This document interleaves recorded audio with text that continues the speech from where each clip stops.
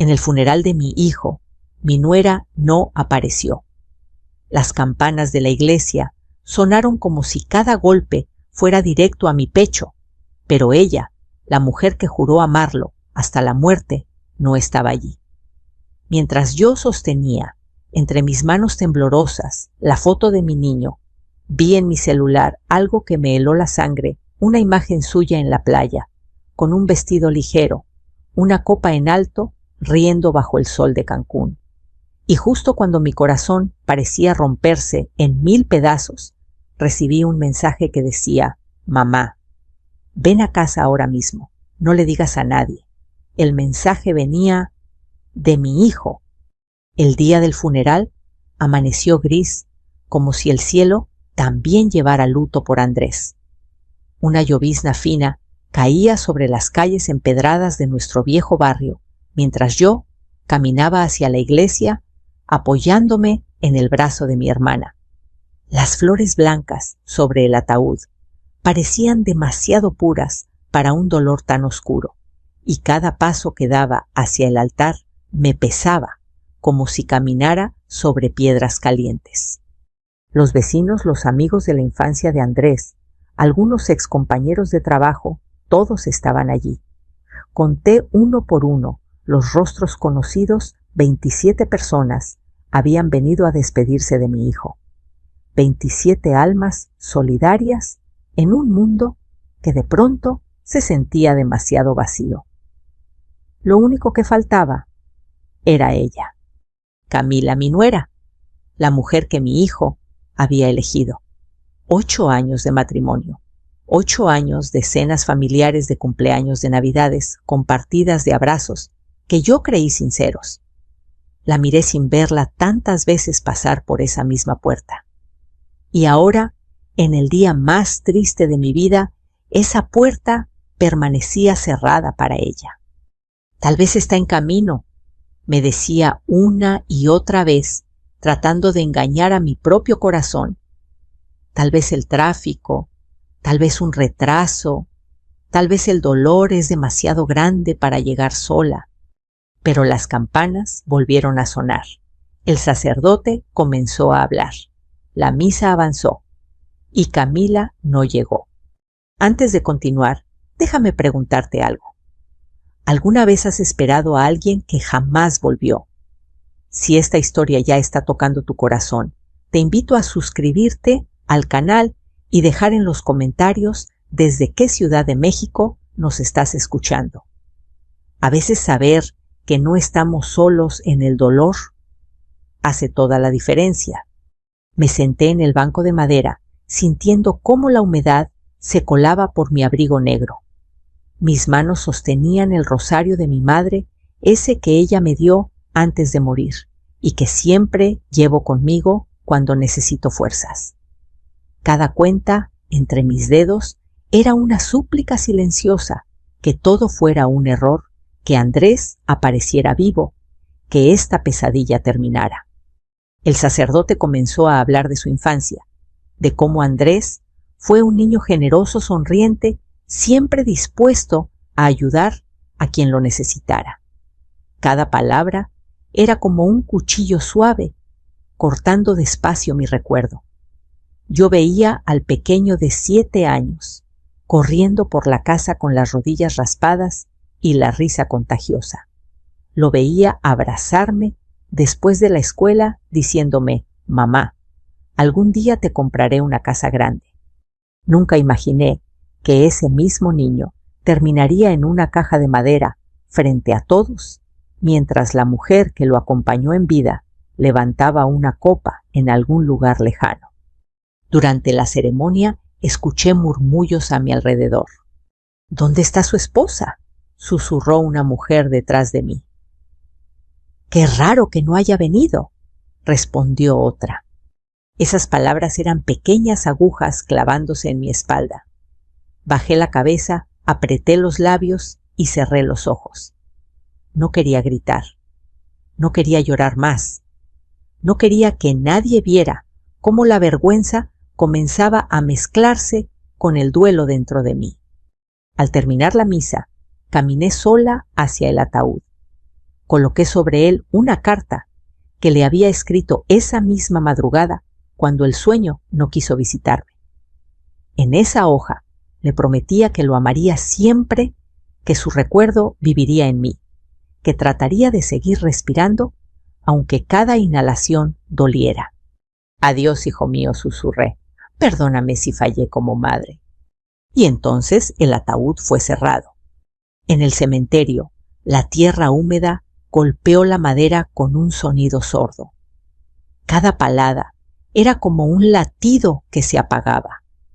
Yo permanecí de pie, inmóvil, sin llorar, ya porque las lágrimas se me habían terminado. Solo quedaba un hueco inmenso dentro de mí. Esperé hasta que todos se fueron. Me quedé sola frente a la tumba recién cerrada. El nombre de Andrés, grabado en la cruz de madera, parecía una mentira mal escrita. Pasé mis dedos sobre las letras como si pudiera despertarlo con el tacto, como si mi cariño fuera suficiente para devolverlo. ¿Por qué te fuiste tan pronto? Mi niño, murmuré mientras el viento movía las flores. Regresé a casa cuando el sol ya comenzaba a esconderse. El silencio en las paredes me golpeó más que cualquier palabra. Su taza favorita seguía en la alacena. Su foto de graduación colgaba en la pared. Todo seguía igual, excepto él. Caminé lentamente hasta la cocina, puse a hervir agua para un café que sabía que no iba a beber y dejé mi bolso sobre la mesa. Fue entonces cuando escuché el pequeño sonido de mi celular vibrando. Lo tomé sin apuro, pensando que sería algún familiar preguntando cómo me encontraba. Pero cuando la pantalla se encendió, vi una notificación de una red social. Un nombre, conocido casi burlón, apareció frente a mis ojos, Camila. Mi corazón comenzó a latir con una fuerza extraña. Abrí su perfil y allí estaba, ella, en una playa de arena clara, bajo un cielo azul perfecto, su cabello suelto, su piel dorada por el sol, una sonrisa abierta brillante. En su mano, una copa brillante reflejando la luz del atardecer, y junto a ella, la silueta de un hombre que no era mi hijo. El pie de foto decía: la vida es corta, hay que disfrutarla mientras se puede. Sentí que el mundo giraba a mi alrededor. Mientras yo enterraba a Andrés, mientras el sacerdote rezaba por su alma, mientras yo pedía fuerzas para seguir viviendo, ella estaba festejando. Mi mano comenzó a temblar tanto que casi dejé caer el teléfono. El café hirvió, pero no lo apagué. Ya no escuchaba sonidos, solo el eco de una pregunta, marcándome el alma: ¿quién era realmente la mujer que llamé hija durante tantos años? Y entonces, un nuevo mensaje apareció en la pantalla, no de Camila, sino de un número que reconocí de inmediato. Mamá, ven a casa ahora mismo, no le digas a nadie. Firmado Andrés. Sentí que mi corazón se detenía por un instante, porque los muertos no envían mensajes. Mi primer impulso fue pensar que el teléfono se había equivocado, que el mensaje no estaba dirigido a mí, que alguien estaba jugando con el dolor de una madre desesperada. Cerré el celular con brusquedad y lo dejé sobre la mesa como si aquel pequeño aparato quemara mi piel. «No puede ser», musité con los labios resecos. «No puede ser verdad». Pero la frase seguía incrustada en mi mente como un clavo. «Mamá, ven a casa ahora mismo, no le digas a nadie». El café en la estufa comenzó a derramarse y el vapor inundó la cocina sin que yo me moviera. Tardé unos segundos en reaccionar. Apagué el fuego, respiré hondo y volví a tomar el celular. El mensaje seguía allí. No había desaparecido. No era una imaginación de una mujer rota por el dolor. Miré el número. Era exactamente el mismo que Andrés había usado durante años. ese número que yo tenía guardado en mi lista de contactos con el nombre Mi Hijo. Ese número que tantas veces me llamó para decirme que llegaría tarde, que estaba bien, que me quería. Sentí un escalofrío bajarme por la columna. «Dios mío», susurré. «¿Qué es esto?» Volví a mirar la foto de Camila en la playa. Su sonrisa tan despreocupada, la copa en alto, el hombre junto a ella demasiado cerca, su mano casi tocando su cintura. Yo conocía esa mirada. No era una mirada de amistad, no era una mirada inocente. Era la mirada de alguien que se sentía libre, liberada. Mientras yo había enterrado a mi hijo, ella estaba celebrando. Un nudo de rabia comenzó a apretarme el pecho, mezclándose con una confusión insoportable. ¿Y si la había juzgado mal? ¿Y si ese mensaje no era real? ¿Y si alguien había tomado el celular de Andrés? ¿O si Camila misma? Sacudí la cabeza con fuerza. No, eso era imposible. Andrés estaba muerto. Yo misma lo vi. Yo misma lo despedí. Yo misma escuché cómo la tierra caía sobre su ataúd. Los muertos no escriben mensajes. Pero la realidad en mi pantalla decía lo contrario. Camila había publicado la foto hacía apenas 3 horas.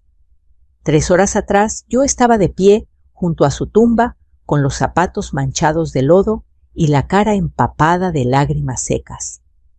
3 horas atrás el sacerdote había pronunciado su nombre por última vez. 3 horas atrás, y ella ya estaba brindando. Mi corazón empezó a latir con más fuerza. Una furia fría, silenciosa, comenzó a despertarse dentro de mí. No era el dolor de una madre que acaba de perder a su hijo. Era algo más oscuro, más peligroso. Era la intuición de una mujer que sentía que algo no encajaba. Me senté en la silla más cercana. El cuerpo me temblaba. Respiré hondo, recordando las palabras del sacerdote sobre la paz, sobre la aceptación. Pero en mi alma no había paz. Había preguntas. Y una madre con preguntas puede ser más peligrosa que cualquier tormenta. Mi dedo vibró sobre la pantalla. Dudé un instante, pero finalmente presioné para responder. «¿Quién eres? Mi hijo murió hoy». Pasaron unos segundos eternos y apareció una respuesta. «No estoy muerto, mamá, pero no tengo tiempo para explicarlo por aquí. Tienes que venir. Ahora». Sentí que la habitación giraba. Me llevé la mano al pecho, porque por un momento creí que yo también iba a caer muerta allí mismo, como si mi corazón no pudiera soportar una emoción más. «Esto no puede estar pasando», murmuré. Me levanté lentamente. Caminé hasta la sala, donde la foto de Andrés seguía sobre la mesita rodeada de velas blancas. Su sonrisa inocente me observaba. Le hablé a la fotografía como si pudiera escucharme. «Hijo, si esto es una broma cruel. Que Dios me dé fuerzas para soportarla». Pero en lo más profundo de mi corazón, una pequeña llama comenzó a encenderse, una chispa diminuta de esperanza demasiado peligrosa, demasiado hermosa como para abrazarla del todo. ¿Y si estaba vivo? Esa idea era un veneno dulce recorriendo mis venas. Tomé mi bolso, metí las llaves con manos torpes. Volví a mirar la foto de Camila por última vez. La guardé en mi mente. Su rostro sería imposible de olvidar. En vez de llorar, ella alzaba su copa. En la playa me repetí: «Si Andrés estaba con vida, si todo esto era parte de algo que yo no entendía, entonces Camila no solo era una viuda despreocupada, tal vez era algo mucho peor». Antes de salir de casa, dudé frente al espejo. Mi reflejo me devolvió la imagen de una mujer mayor cansada, con ojeras profundas, el rostro marcado por el dolor de muchos años. Pero en mis ojos había algo nuevo, una luz distinta, No era solo tristeza, era determinación. Recordé la advertencia del mensaje: no le digas a nadie. Así que no llamé a mi hermana, no escribí a ninguna amiga. Solo tomé mis llaves y salí en silencio. La noche en Guadalajara estaba extrañamente tranquila. Las calles casi vacías. Las farolas iluminaban los adoquines húmedos, creando reflejos dorados sobre el pavimento. Subí al auto y mientras giraba la llave, mis manos temblaban sin control. «Si estás jugando conmigo, Andrés», susurré. «Perdóname, pero te voy a llevar conmigo al más allá». Empecé a conducir. Cada cuadra que avanzaba hacia su casa, el miedo se mezclaba con un deseo casi doloroso. Quería encontrar una explicación, cualquier cosa que me devolviera el sentido de la realidad. Mientras manejaba el celular, vibró otra vez. Otro mensaje: «Estoy bien, pero no puedo salir.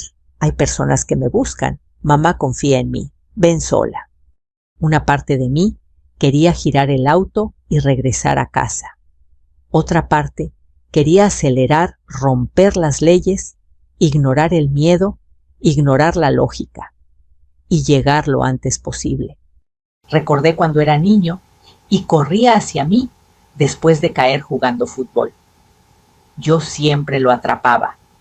Siempre estaba ahí para él. Esta vez, él estaba llamando a su madre.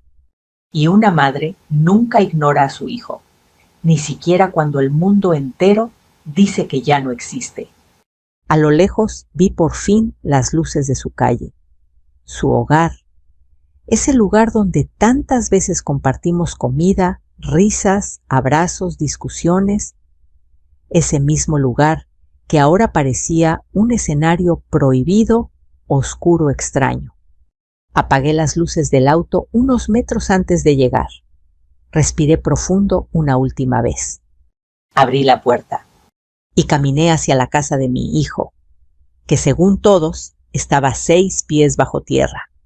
Con cada paso sentía que estaba cruzando el límite entre la vida y la muerte. Y en el fondo de mi ser una voz repetía: «Prepárate, Elena, porque nada volverá a ser como antes». La casa de Andrés se alzaba frente a mí, inmóvil, silenciosa, como si también estuviera conteniendo el aliento. Las cortinas estaban corridas, pero una tenue luz escapaba por una rendija en la ventana de la cocina. Mi corazón latía tan fuerte que creí que cualquiera dentro podría escucharlo.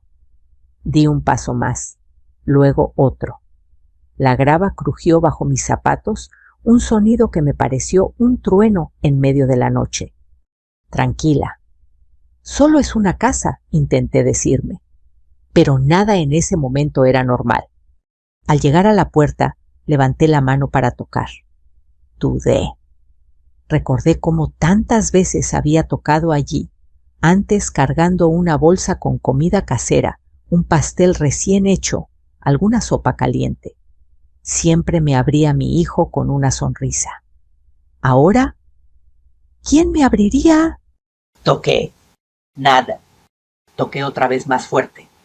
«Andrés», murmuré casi sin voz. «Si esto es un juego cruel, por favor termina ahora».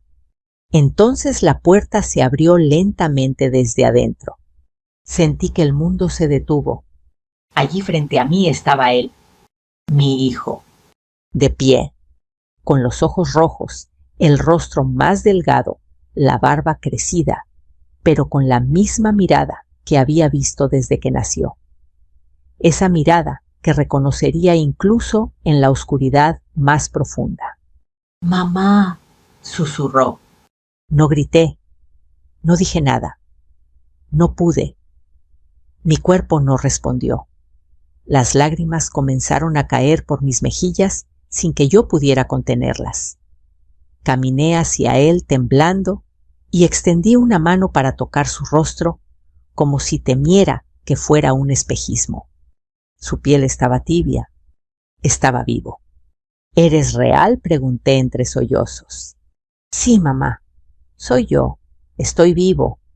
y entonces todo mi cuerpo cedió. Las piernas me fallaron, pero Andrés me sostuvo antes de que tocara el suelo. Me abrazó con fuerza, como cuando era niño, y yo lo rescataba de las pesadillas. Esta vez, él era quien me sostenía a mí. Mi niño. Lloré con desesperación. Yo te enterré. Yo toqué tu ataúd. Yo vi cómo la tierra caía sobre ti.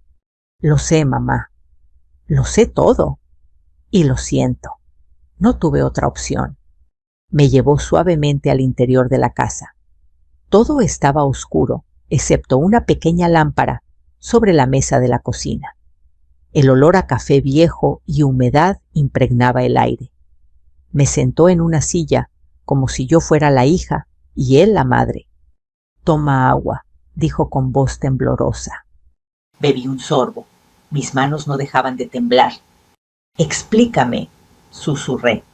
«Por el amor de Dios, explícame qué está pasando». Andrés se sentó frente a mí. Su mirada ya no era la del niño alegre.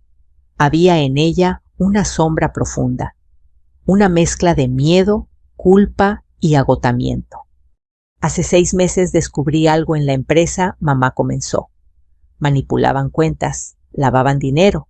Había personas poderosas involucradas, muy peligrosas». Lo escuchaba sin pestañear.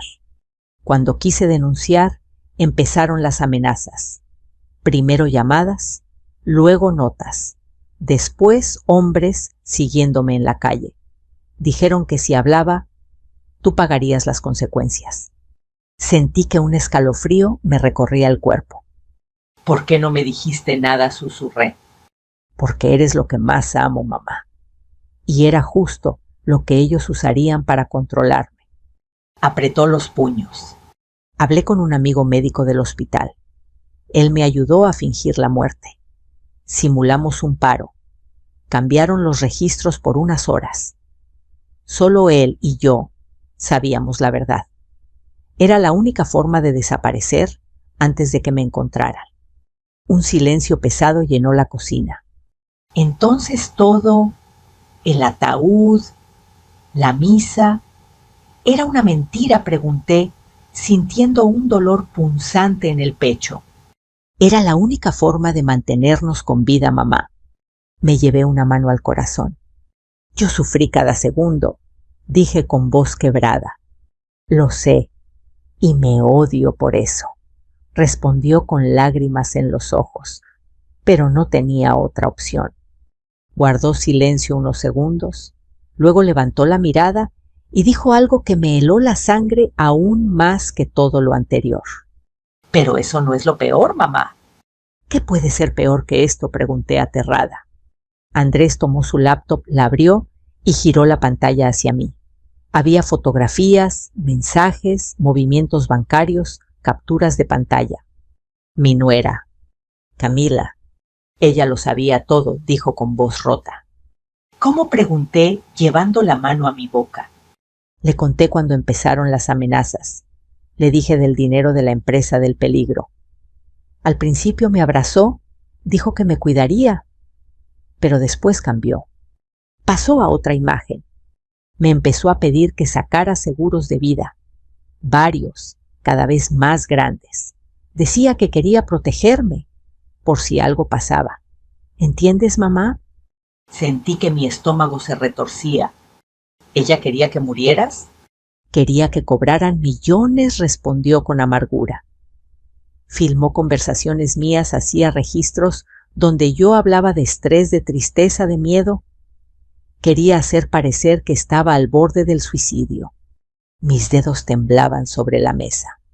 Camila comenzó una relación con otro hombre hace 8 meses. Un hombre que trabaja para personas peligrosas.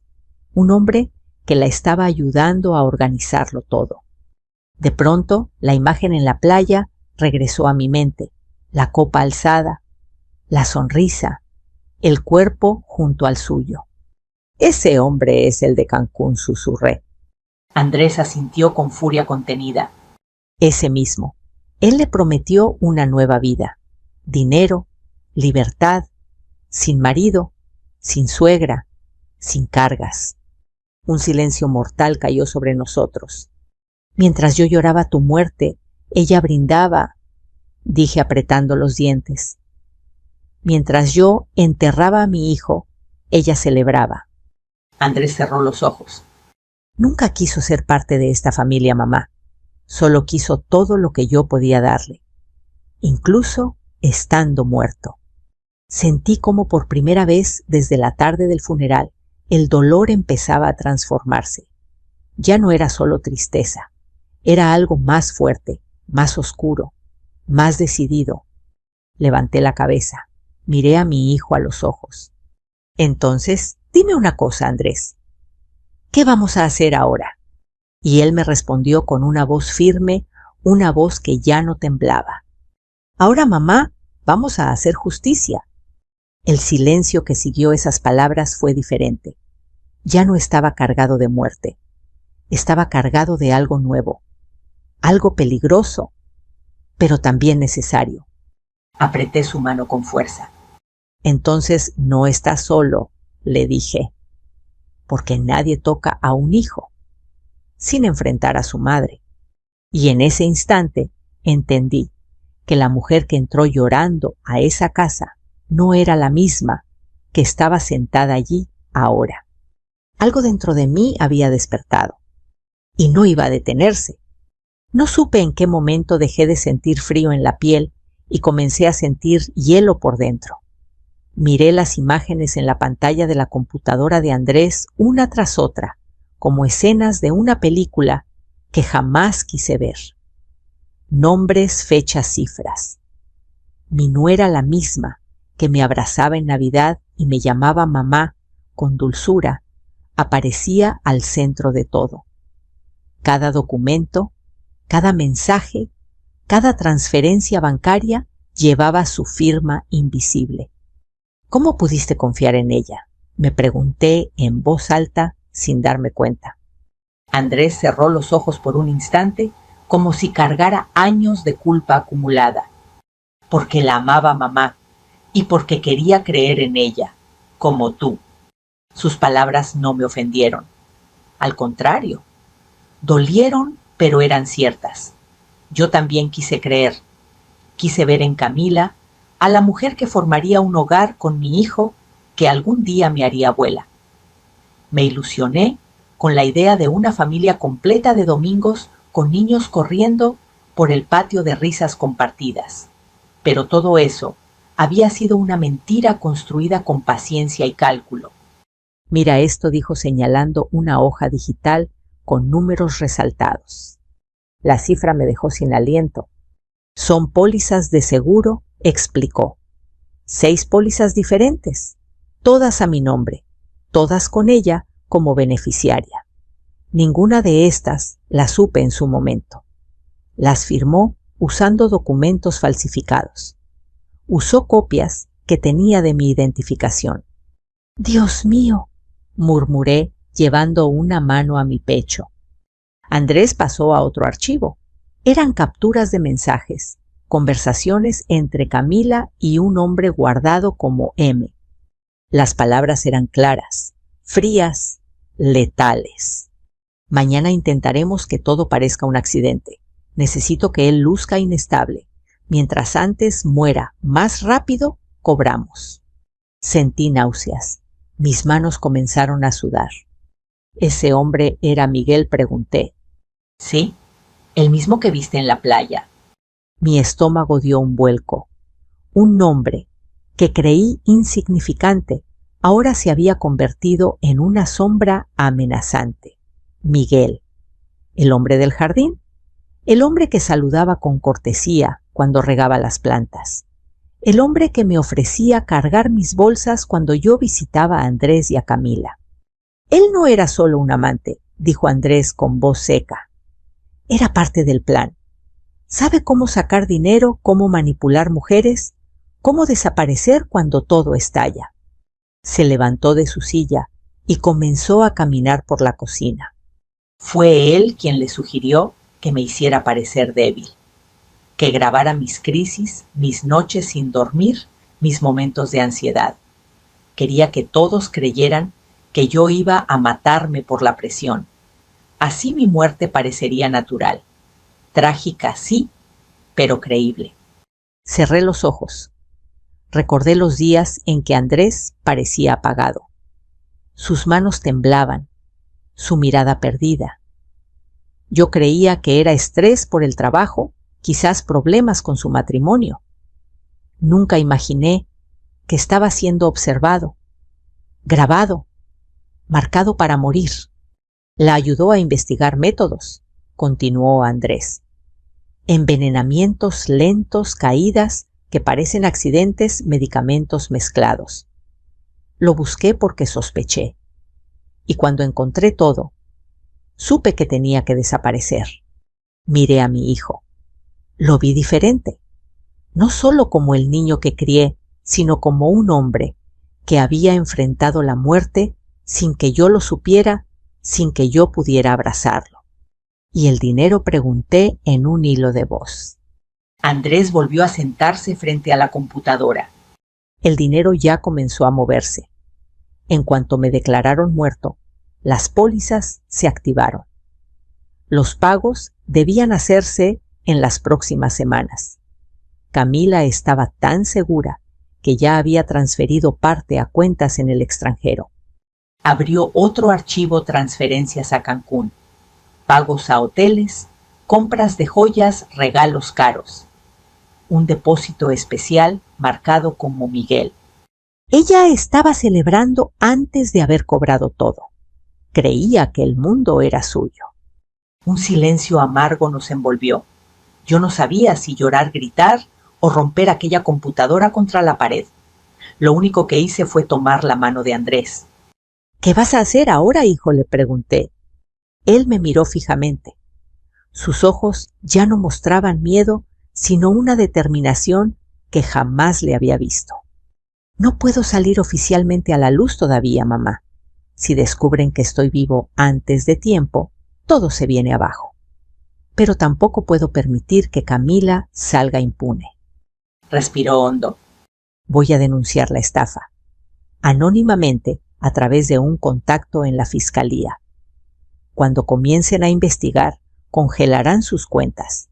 El dinero que cree suyo dejará de existir de la noche a la mañana.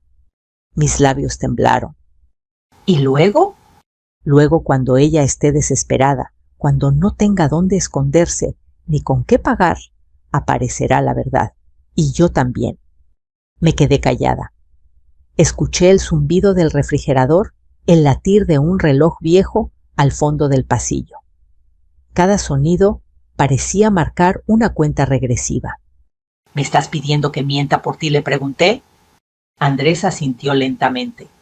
Solo por un tiempo, mamá. Tendrás que seguir siendo la madre en duelo, fingir que no sabes nada, que no me has visto. Cuando todo esté en su punto, acabaré con esta mentira. Lo miré durante varios segundos. Miré a aquel niño que nació de mi cuerpo. El hombre que casi perdí para siempre. El hombre a punto de enfrentarse con la misma mujer que juró amarlo. No será fácil, dije. Pero nadie toca a un hijo mío y queda libre, ni siquiera la mujer que él eligió. Sus ojos se humedecieron. ¿Me ayudarás? Tomé su rostro entre mis manos con ternura y firmeza. No solo te ayudaré, Andrés, respondí. Haré todo lo que haga falta para que la verdad salga a la luz. Y en ese momento la mujer temerosa que había enterrado a su hijo desapareció por completo. En su lugar surgió una madre dispuesta a proteger, a luchar, a enfrentar el infierno si era necesario. Una madre herida es peligrosa, pero una madre consciente es imparable. Nos quedamos en silencio unos minutos más. Él cerró la computadora. Yo miré mis manos arrugadas, marcadas por los años, por el trabajo, por la vida. Y por primera vez, desde que comenzó todo, no sentí debilidad en ellas. Sentí fuerza, sentí fuego. Dime qué hacer, le pedí en voz baja. Andrés levantó la mirada y dijo con firmeza. Primero, mamá, tenemos que dejar que Camila crea que ganó. La tormenta apenas comenzaba. Volví a mi casa esa noche, con el alma partida en dos mitades que no parecían pertenecer al mismo cuerpo. Por un lado, la madre que acababa de reencontrarse con su hijo viva, respirando con el pulso firme bajo mis dedos. Por el otro, la mujer que aún debía fingir que lo había perdido para siempre, que debía seguir siendo la viuda sin nietos, la suegra abandonada, la anciana rota que todos esperaban ver. La calle estaba desierta cuando apagué el motor del auto. Nadie imaginaba que a pocos metros de allí, en otra casa, el muerto respiraba en silencio oculto, como un secreto enterrado que estaba a punto de salir a la superficie. Entré y la oscuridad me dio la bienvenida como una vieja amiga. Encendí una lámpara pequeña para no herir mis propios ojos con demasiada luz. Sobre la mesa del comedor seguía la fotografía de Andrés rodeada de velas apagadas. La tomé entre mis manos.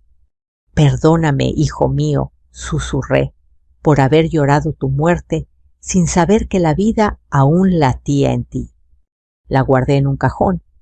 Ya no necesitaba verla como un recuerdo eterno, porque Andrés no era un recuerdo. Era presente, era carne, era voz. Era una verdad que debía esconder, pero que me llenaba de una fuerza nueva, ardiente, primitiva. Esa noche no dormí. Cada vez que cerraba los ojos, veía el rostro de Camila riendo bajo el sol, su copa alzada, su sonrisa insolente. Veía a la mujer que una vez me abrazó, llamándome mamá, ahora convertida en una extraña, en una enemiga, en un monstruo disfrazado de elegancia. Al amanecer el teléfono sonó.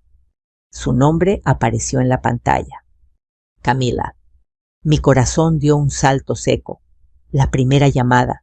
Tan pronto, tan desesperada. Respiré hondo 2 veces antes de responder. Bueno, dije, con voz cansada, verdadera y fingida al mismo tiempo. Mamá Elena. Su voz sonaba quebrada, temblorosa. Soy yo. Camila. Hubo un silencio breve, pesado.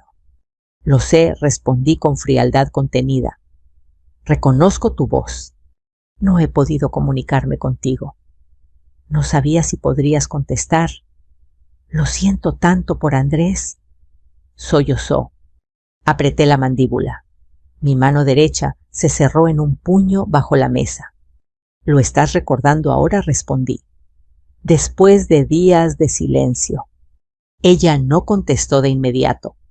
He estado muy mal, dijo finalmente. No supe cómo enfrentarlo. Necesitaba alejarme, pensar. Pensar, quise gritarle. Pensar con una copa en la mano sobre una playa de Cancún. Pero me contuve. Es curioso, dije con voz baja, casi dulce, porque hace unas horas te vi muy bien, sonriendo. Del otro lado de la línea un jadeo ahogado. ¿Cómo dices?, preguntó. La vida es corta, ¿verdad?, agregué suavemente. Dijiste que había que disfrutarla. Silencio absoluto. Podía casi escuchar el latido acelerado de su corazón a través del teléfono. Mamá Elena, puedo explicarlo. No hace falta, la interrumpí. Solo dime algo. ¿Disfrutaste mientras yo enterraba a mi hijo? El sollozo que emitió fue más miedo que tristeza. Yo lo amaba, mintió. Y en ese instante comprendí algo con claridad espantosa. Camila no lloraba por Andrés. Lloraba porque su mentira había sido vista. Esa llamada confirmó lo que Andrés y yo ya sabíamos. Ninguna palabra más era necesaria. Colgué sin despedirme. Pocos minutos después sonó nuevamente. La ignoré. Luego una tercera, una cuarta. Mensajes, audios, súplicas. No respondí. Ahora la información valía más que cualquier confrontación. Caminé hasta la ventana. Afuera el mundo seguía girando Igual un niño cruzaba la calle en bicicleta, una mujer barría su banqueta, un perro dormía al sol. Nadie sabía que dentro de mi pecho una guerra silenciosa acababa de comenzar. Saqué un cuaderno viejo del cajón, el mismo donde escribía recetas, números telefónicos de familiares recuerdos de juventud. Esa mañana lo convertí en algo nuevo. Un registro. Escribí la hora de la llamada, sus palabras, su tono, su miedo, cada detalle. Ahora, además de ser madre, me convertía en testigo. Más tarde, me reuní con Andrés en el mismo lugar acordado, un pequeño cuarto, improvisado, oculto detrás de la vieja casa de un vecino amigo. Al verme llegar, me tomó las manos. ¿Te llamó?, me preguntó. Sí, asentí, y confirmó todo. Le conté cada palabra, cada temblor en su voz, cada pausa cargada de mentira. Andrés escuchaba en silencio, atento. Es perfecto, dijo después. Su miedo ya comenzó. Cuando congelan sus cuentas, cuando no pueda pagar su hotel en Cancún, su verdadera naturaleza saldrá por completo. Mi hijo abrió su computadora y me mostró un mapa con movimientos bancarios. Las transferencias comenzarían a bloquearse al día siguiente. Harán una búsqueda formal, explicó. Tendrá que volver. Y ahí comienza la segunda parte del plan. Lo miré fijamente. ¿Qué parte me toca jugar ahora?, pregunté. Él exhaló lentamente. Seguir siendo mi madre en luto, mostrar debilidad, permitir que Camila crea que puede manipularte. Solo así confiará y cometerá su último error. Asentí. Si eso ayuda a que se haga justicia, respondí. Puedo ser la mujer más débil del mundo. Por fuera. Pero por dentro algo ya se había endurecido en mí. Algo que ni siquiera la muerte había logrado apagar. Esa noche, antes de regresar a casa, caminé hasta la iglesia vacía. Entré en silencio, me arrodillé frente al altar y cerré los ojos. Dios mío, susurré, tú sabes todo. Tú viste la traición, tú viste mis lágrimas. Si lo que hacemos es justo, danos fuerzas. Si no, deténme ahora. Una paz extraña me envolvió suave, como una manta invisible sobre mis hombros. Al salir, comprendí que ya no estaba sola. Caminaba junto a mi hijo, junto a la verdad, y junto a una madre que acababa de despertar dentro de mí. Camila creía que todo estaba bajo su control. No sabía que la mujer a la que llamaba suegra ya había comenzado a escribir su destino. Los días siguientes fueron los más largos de mi vida. Cada amanecer traía consigo una mezcla de ansiedad y determinación.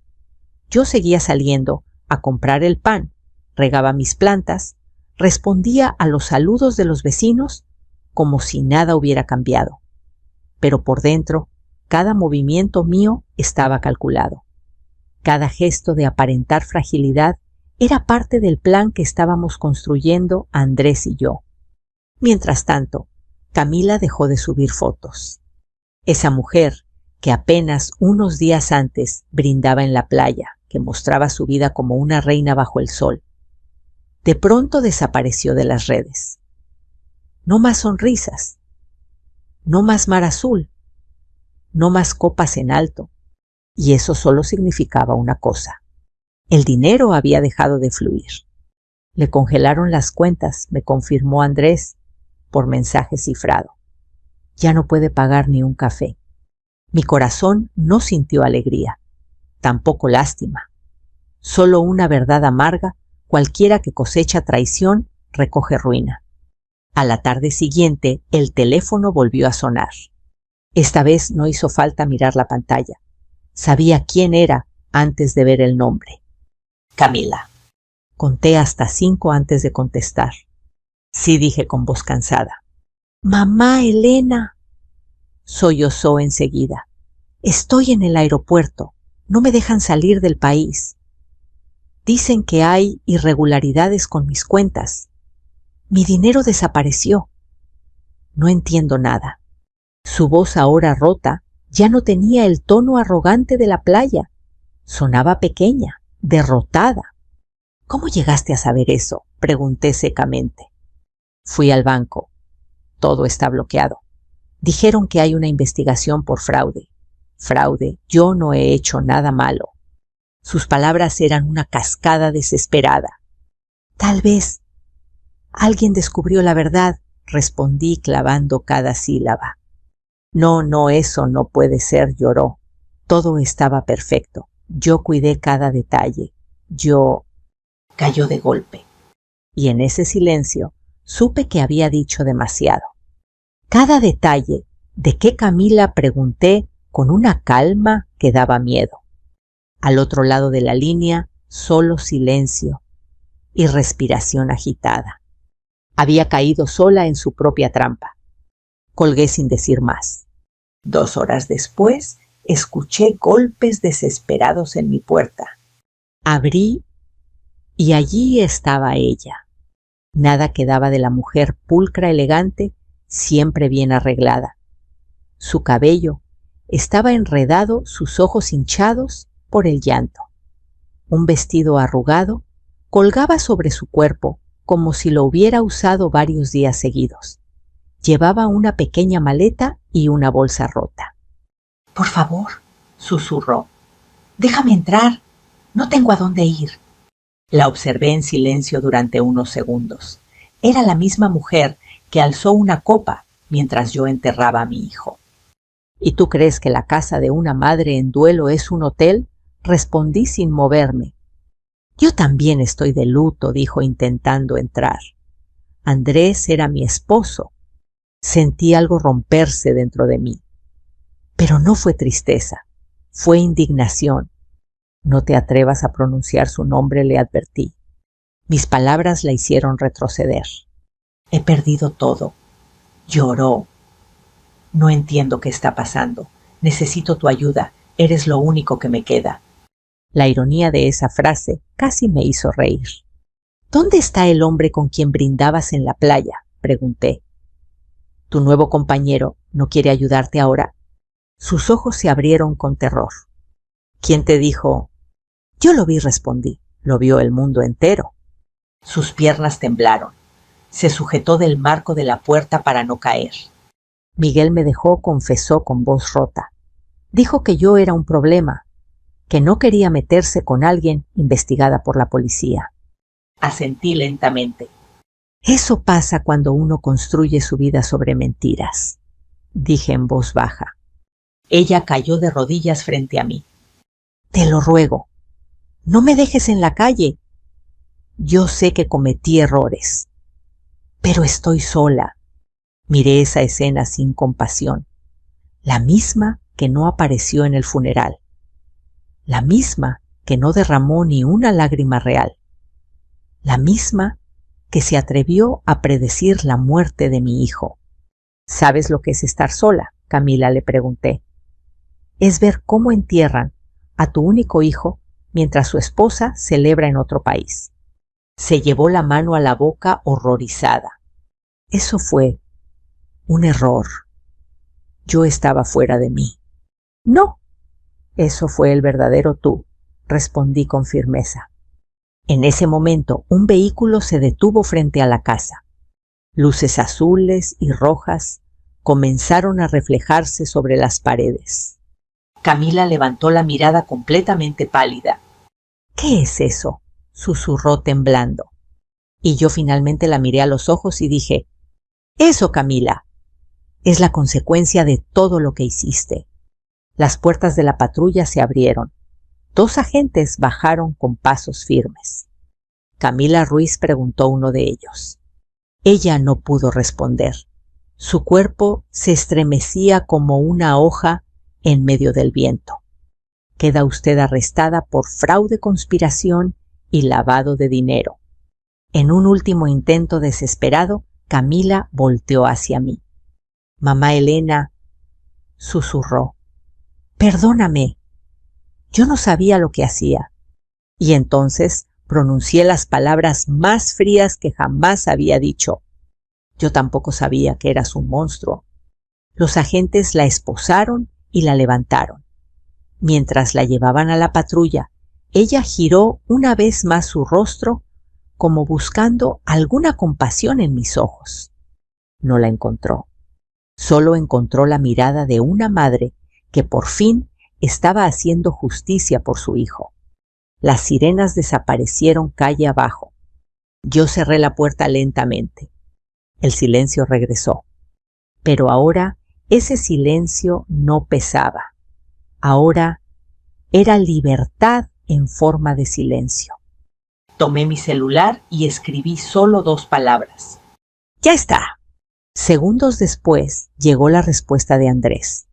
Entonces, mamá, es hora de que el mundo vuelva a aprender mi nombre. Y supe que muy pronto aquella mujer que había llorado frente a una tumba volvería a abrazar a su hijo. Pero esta vez bajo la luz de la verdad. El último acto estaba por comenzar. La noche que se llevaron a Camila en la patrulla no pude dormir. Me senté en la orilla de la cama mirando mi cuarto oscuro, escuchando el eco lejano de las sirenas que aún parecía vibrar en mis oídos. Durante años creí que el peor dolor que puede soportar una madre es enterrar a un hijo. Me equivoqué. Lo peor fue descubrir que la mujer que lo acompañó, la que entró a nuestra familia con sonrisas campanas de boda y promesas, había convertido su amor en una moneda de cambio. Y sin embargo, en medio de esa oscuridad, había luz, porque Andrés estaba vivo. Esa sola verdad era suficiente para llenar el aire de esperanza. El mundo, sin saberlo, aún tenía que presenciar el milagro. Nadie imaginaba que el hombre que lloraron, el que bendijeron, el que enterraron bajo tierra húmeda, pronto volvería a respirar frente a todos. A la mañana siguiente recibí un mensaje corto en mi celular. «Hoy acaba la mentira, mamá. Prepárate». Leí esas palabras varias veces. Sentí el mismo hormigueo que una madre siente cuando ve a su hijo dar el primer paso. Algo entre miedo, orgullo y amor infinito. Las autoridades ya estaban enteradas. Médicos, abogados, peritos habían sido alertados. Se preparó una rueda de prensa discreta en el hospital donde todo había ocurrido, el mismo hospital que certificó su muerte. Y ahora debía anunciar su regreso a la vida. Me acompañó mi hermana. Me sostuvo del brazo como ese día del funeral, pero ahora no caminábamos hacia una despedida, sino hacia un renacimiento. Dentro del hospital, los murmullos eran incontrolables. Dicen que están por presentar al hombre que creíamos muerto. Es un error horrible, un milagro. ¿Qué pasó realmente? Había cámaras, micrófonos, personas empujando, intentando ver. Y entonces la puerta se abrió. Allí estaba Andrés, más delgado, más serio, pero vivo, vivo como nunca. El silencio duró apenas un segundo. Y después el mundo explotó en gritos ahogados en incredulidad, en asombro.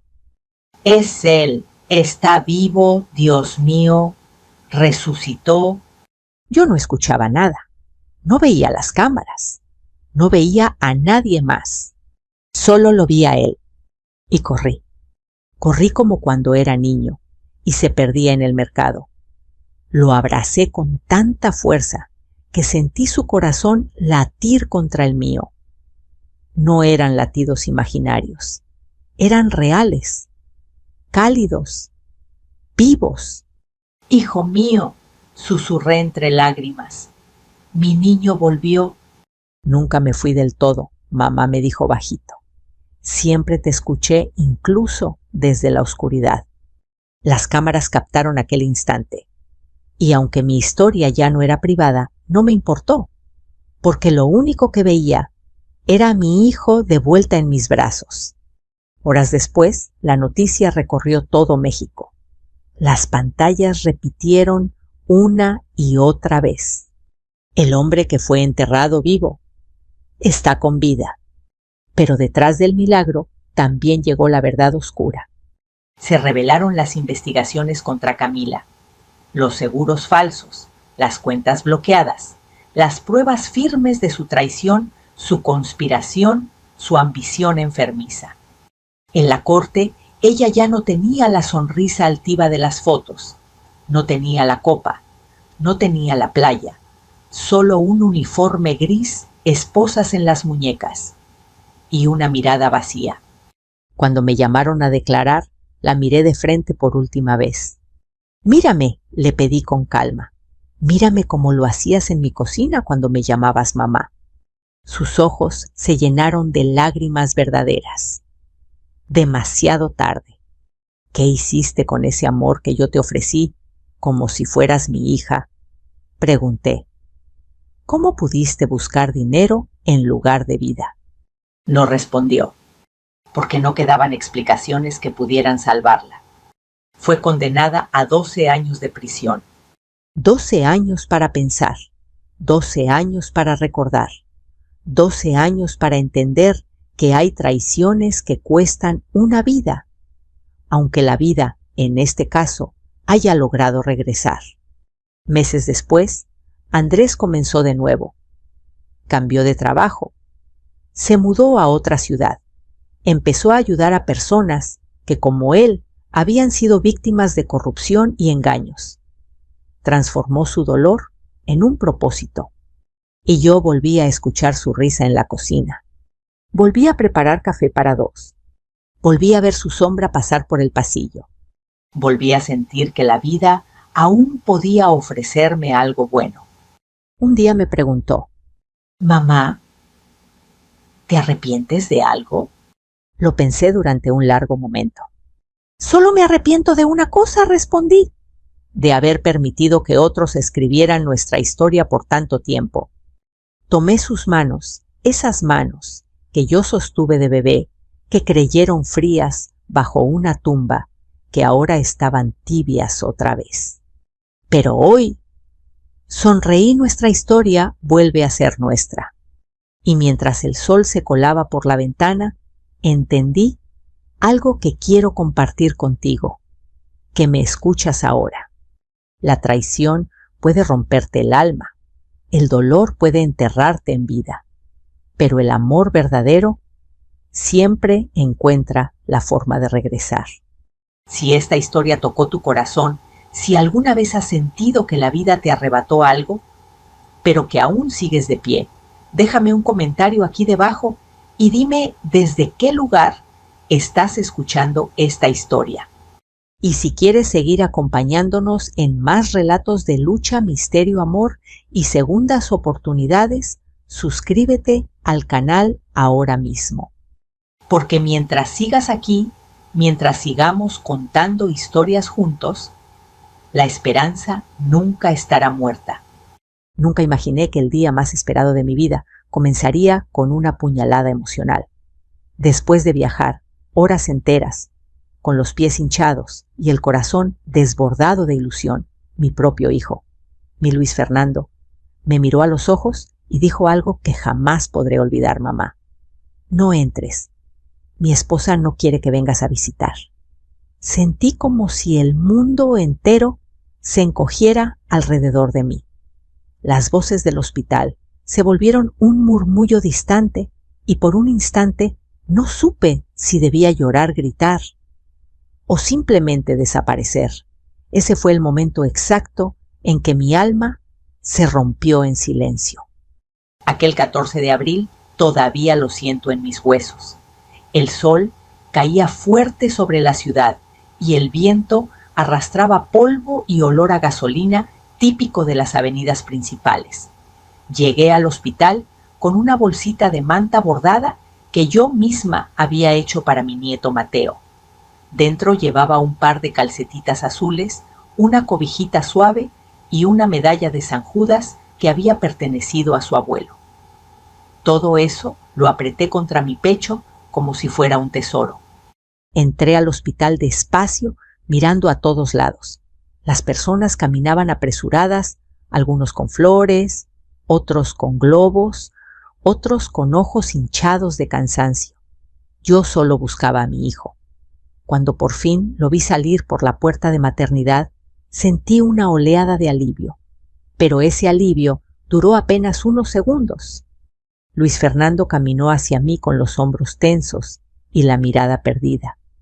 Desde lejos vi cómo se pasaba la mano por el cabello, ese gesto que siempre tenía cuando estaba nervioso. Pensé que venía a abrazarme, a decirme: «Mamá nació, pero no». Lo primero que vi en su rostro fue vergüenza. La misma vergüenza que había visto cuando era adolescente y se metía en problemas. Solo que esta vez yo no era su refugio. Era su problema. «Mamá», dijo con un suspiro quebrado. Yo sonreí tratando de ocultar mis emociones. «¿Ya nació? ¿Cómo está Mariana? ¿Todo bien?» Luis no respondió. Bajó la mirada al piso, como si encontrar palabras le doliera. Luego levantó la vista y lo dijo rápido, duro, como si quisiera arrancarlo de un tirón. «Mamá, no entres. Mi esposa no quiere que vengas a visitar». Las palabras cayeron sobre mí como agua helada. Sentí un cosquilleo en las manos, luego un peso en el pecho que me dejó sin aliento. Creí que había escuchado mal. «¿Qué dijiste, hijo?», pregunté con la voz temblorosa. Él tragó saliva. Le temblaban las comisuras de los labios, pero no retrocedió. «Que Mariana no quiere visitas de tu lado. Dice que…» Se detuvo. «Dice que prefiere que esté solo su familia». Ahí fue donde me di cuenta de que no era solo una decisión improvisada. Ya lo habían hablado. Ya lo habían decidido. Me habían excluido desde antes de llegar. A mi lado, una pareja que esperaba el elevador volteó a vernos. Sentí su mirada como cuchillos. En México, la vergüenza pública duele más que cualquier golpe. Yo apreté la bolsita bordada entre mis manos. «Hijo, yo solo quiero ver al bebé. Me voy en un ratito. Ni siquiera tengo que entrar mucho. Solo quiero saludarlo». Luis dio un paso atrás. «Mamá, por favor, no hagas esto más difícil. Solo vete a casa. Después hablamos». «Sí». Un nudo gigante se formó en mi garganta. No podía hablar. No podía respirar. Todo dentro de mí gritaba: «Corre, Teresa, corre antes de que esto duela más». Pero mis pies no se movían. En ese instante, la suegra de Mariana apareció detrás de él. Una mujer elegante, con lentes oscuros y un perfume fuerte. Me miró de arriba abajo, como si yo fuera una intrusa sin invitación. «Luis, ya nos están esperando adentro», dijo con tono seco. Luego me dedicó una sonrisa falsa. «Señora Teresa, qué sorpresa verla». Una sorpresa. Yo, la madre del padre del niño, era una sorpresa. Sentí un ardor detrás de los ojos. No quería llorar ahí frente a ellos. Luis me dio un abrazo rápido, distante, casi por compromiso. «Luego te llamo», murmuró. Mentira. Lo supe desde ese momento.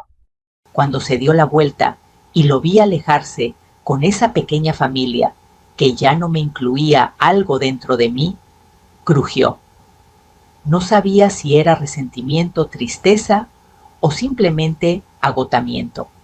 Salí del hospital con pasos torpes.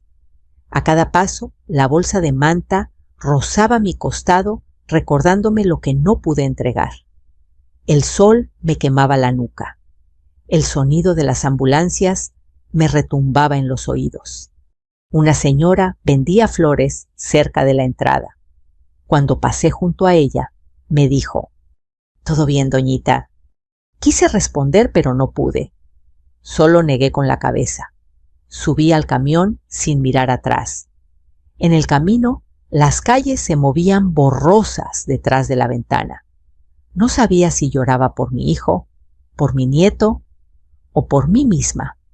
Lo único que supe con certeza fue esto: Ese día, sin saberlo, mi corazón se rompió en más de 1000 pedazos.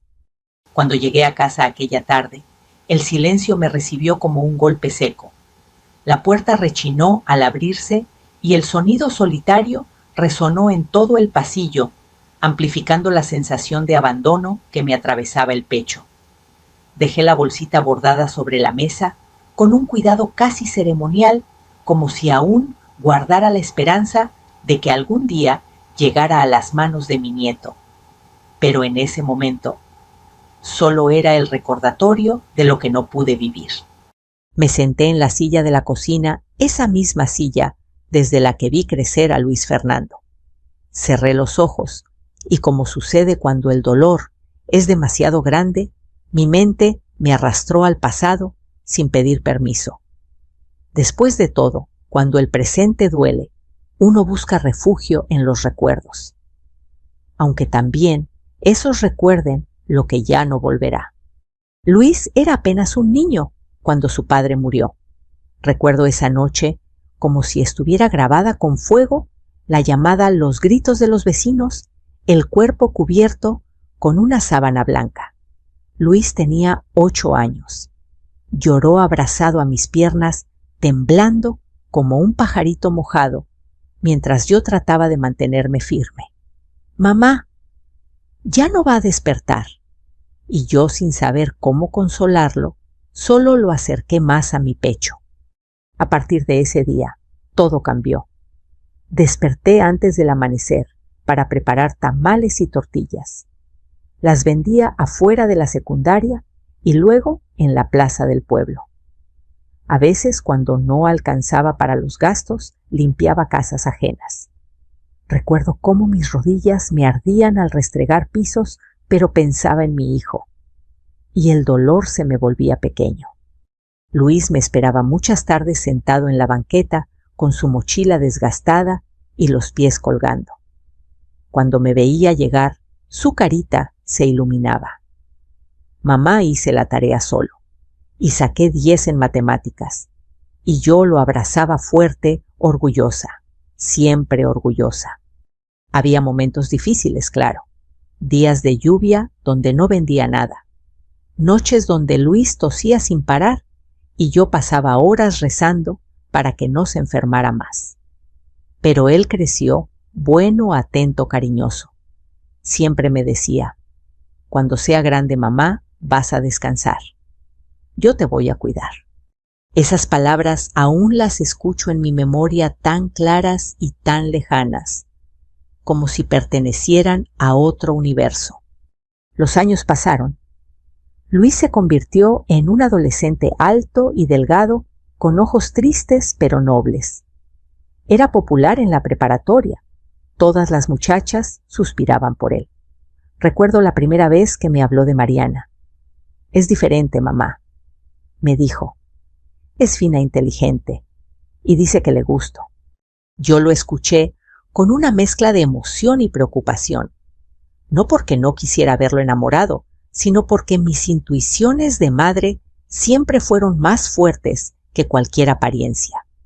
Y desde el primer día, algo en Mariana me incomodó. La conocí en una comida familiar que organizó Luis. Ella llegó con una bolsa elegante y perfume caro. Me dio la mano sin mirarme a los ojos. «Mucho gusto, señora Teresa». «No, doña». «No, señora Álvarez».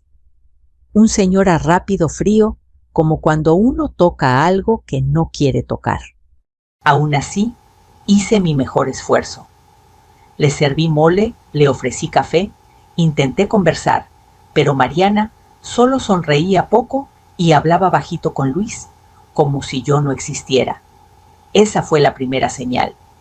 Con el tiempo, las señales crecieron. Dejó de acompañarlo a mi casa.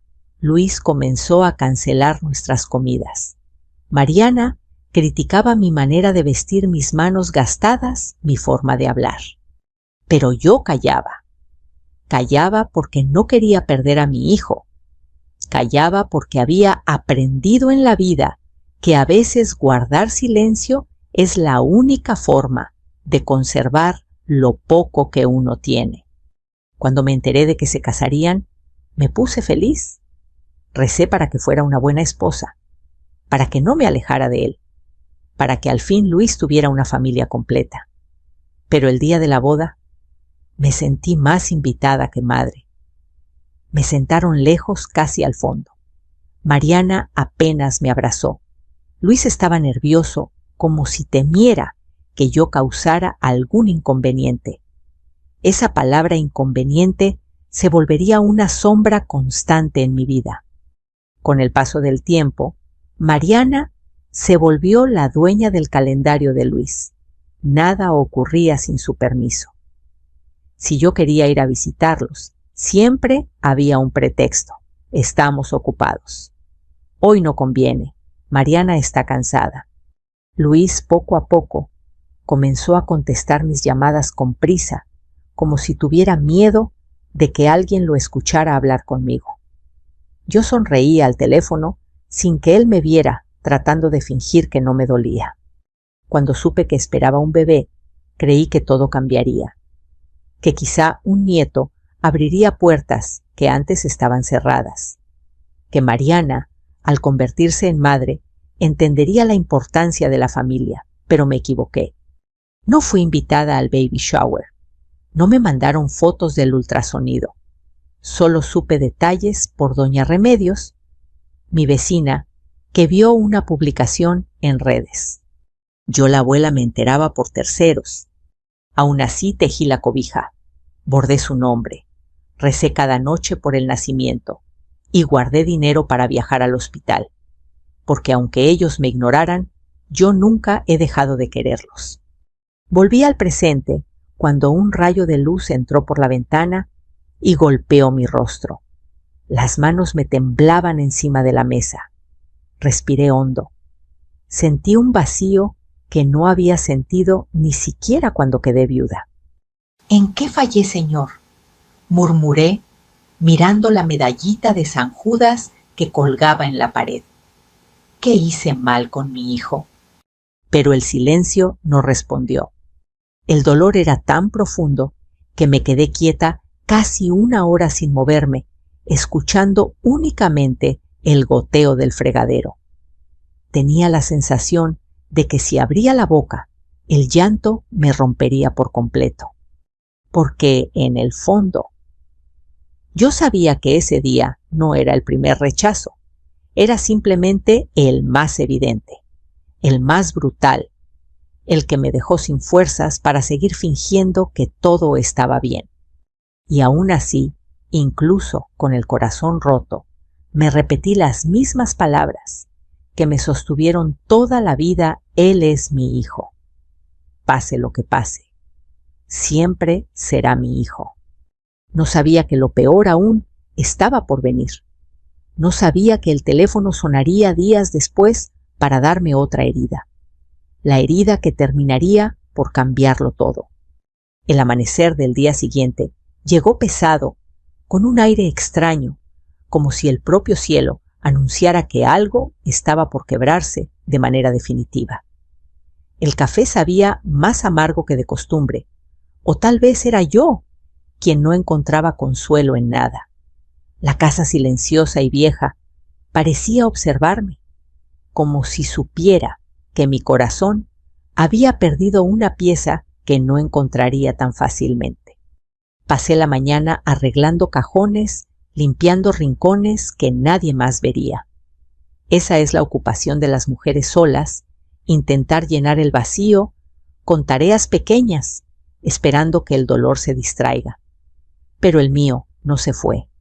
Estaba ahí sentado a mi lado como un visitante incómodo. Y entonces, alrededor de las 11, el teléfono sonó. No era un número conocido. El prefijo era de la Ciudad de México. Sentí un escalofrío, un presentimiento de esos que solo las madres entendemos. Descolgué lentamente. «Bueno, ¿la señora Teresa Prieto?», preguntó una voz femenina profesional. «Sí, ella habla. Le llamamos del Hospital Materno María del Sol. ¿Es usted familiar de la señora Mariana Rivas?». Mi corazón se detuvo un segundo. «Soy su Su suegra, respondí con la voz temblorosa. Hubo una pausa. Lejitos, escuché monitores, pasos apresurados, puertas que se abrían y cerraban. Ese sonido frío que solo los hospitales tienen. Necesitamos que venga lo antes posible, continuó la mujer. Su nuera ingresó de emergencia. Está estable, pero la situación es delicada. Supe en ese instante que mi nieto estaba llegando al mundo. No por un anuncio de alegría, no por una llamada de Luis, sino por la voz cansada de una enfermera desconocida. Y mi hijo, Luis Fernando, está ahí, sí señora. Él proporcionó su número como contacto secundario. Contacto secundario, ni siquiera el principal. Voy para allá, dije sin pensarlo. Colgué y me quedé un momento en silencio. La adrenalina me cubrió por completo. Apresuradamente, agarré mi bolso de piel, una manta, por si hacía frío, una botella de agua, y la cobijita que había tejido con meses de ilusión. Mientras caminaba hacia la terminal de autobuses, sentía el corazón latiéndome en las sienes. No podía ni respirar. Pensé en Luis. ¿Por qué no me llamó él? ¿Por qué dejó que una desconocida me avisara del nacimiento de mi nieto? Me subí al autobús. El motor rugió y allí estaba yo, otra vez 12 horas de camino por delante, con el alma en vilo. Las montañas pasaban como sombras una tras otra, mientras mis pensamientos golpeaban dentro de mi cabeza como tormenta. Recordé cuando Luis se lastimó la rodilla jugando fútbol a los 11 años. Yo cargué con él casi 6 cuadras llorando y regañándolo al mismo tiempo. Siempre voy a estar aquí, me dijo entre sollozos mientras el doctor lo revisaba. Pensé en eso mientras veía la carretera extenderse infinita. ¿Ese niño seguiría dentro del hombre que ahora me mantenía lejos? ¿O ya no quedaba nada? Llegué al hospital a las 9:40 de la noche. El ambiente olía a desinfectante y cansancio. Las luces blancas me lastimaron los ojos tras tantas horas de viaje. Caminé hacia recepción, donde una enfermera joven levantó la mirada. Buenas noches. Busco a la señora Mariana Rivas. Soy su suegra. Me llamaron esta mañana.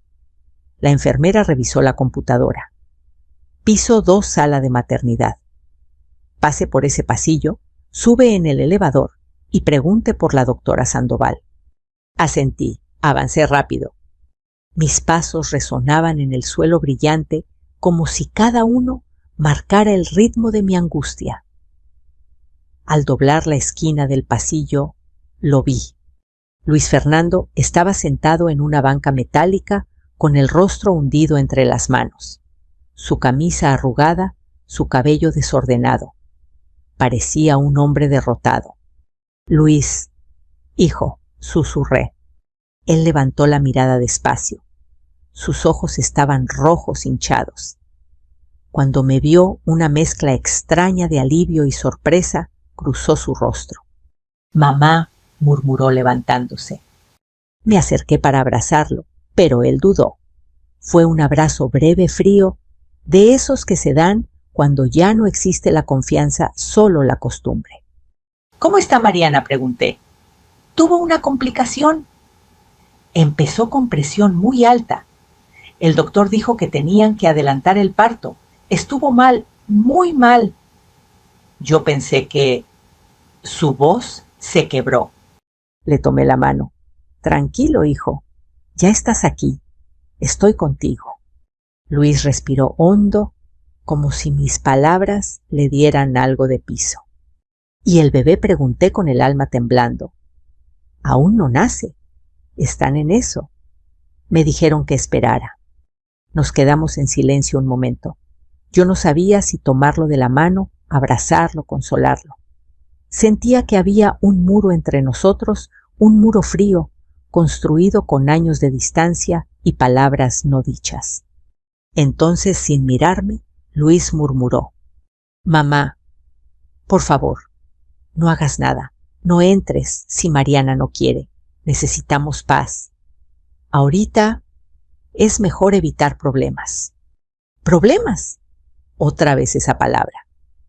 Como si yo fuera el origen de todos. Sentí que algo dentro de mí se desplomaba, pero no dije nada. Me quedé quieta con la dignidad atrapada entre los dientes. A las 11:13 de la noche, una enfermera salió apresurada. Familia de Mariana Rivas. Yo respondió Luis de inmediato. El bebé nació hace unos minutos, dijo la enfermera con una sonrisa leve. Es un niño. ¡Felicidades! Mi corazón explotó de emoción. Mi nieto. Mi primer nieto. ¿Puedo verlo?, pregunté casi sin aire. La enfermera me vio, luego miró a Luis esperando su aprobación. Él bajó la mirada. Solo yo, por ahora. Mariana está muy fresca, muy sensible. No quiere más gente adentro. Supe tratar esa frase por lo que era. Un rechazo disfrazado de cuidado. Sentí la vergüenza como un balde de agua helada. Me quedé sentada en la banca, apretando la cobijita tejida entre mis manos. Luis entró a la sala y yo me quedé afuera, esperando, como si fuera una extraña, como si no llevara su sangre corriendo por mis venas. El reloj avanzaba lento. La emoción inicial se convirtió en tristeza profunda y luego en algo más oscuro, resignación. Una hora después el teléfono sonó. El tono vibró en mi bolso. Lo saqué pensando que quizás Luis me buscaba, pero no era él. Era el hospital. La misma voz de la mañana. Señora Teresa Prieto. La voz sonaba más tensa, menos tranquilizadora. Necesitamos hablar con usted. Es muy importante. Tragué saliva. Dígame, ¿qué pasó? Del otro lado hubo un suspiro que jamás voy a olvidar. ¿Se trata del bebé? Hubo una complicación inesperada y necesitamos que un familiar tome una decisión urgente. Mi corazón se apagó. La voz de la enfermera seguía vibrando en mis oídos incluso después de que la llamada terminara. Me quedé paralizada en medio del pasillo, como si el piso se moviera bajo mis pies. Personas pasaban a mi lado, algunas sonriendo con globos de recién nacidos, otras llorando en silencio. Pero yo estaba atrapada en un túnel donde solo resonaba una frase: necesitamos que un familiar tome una decisión urgente. Guardé el teléfono con manos temblorosas y caminé hacia la sala de maternidad como pude. Las piernas me dolían, no por el viaje, sino por el miedo que me iba apagando por dentro. Luis salió justo en ese instante, con los ojos hinchados y el pecho subiendo y bajando como si acabara de correr. ¿Qué pasó?, pregunté apenas pude hablar. No lo sé, mamá. Dijeron que hubo algo con el niño. Que necesita atención especial, contestó sin mirarme. Sentí frío. Un frío que nació en el estómago y me subió por la espalda como un hilo de hielo. Puse una mano en su hombro. Hijo, me llamaron a mí. Dijeron que necesitan que alguien tome una decisión. ¿No te hablaron a ti? Luis negó despacio. No, yo estaba dentro con Mariana. Estaba muy mal, llorando, gritando. Dice que no quiere ver a nadie, ni a mí por momentos.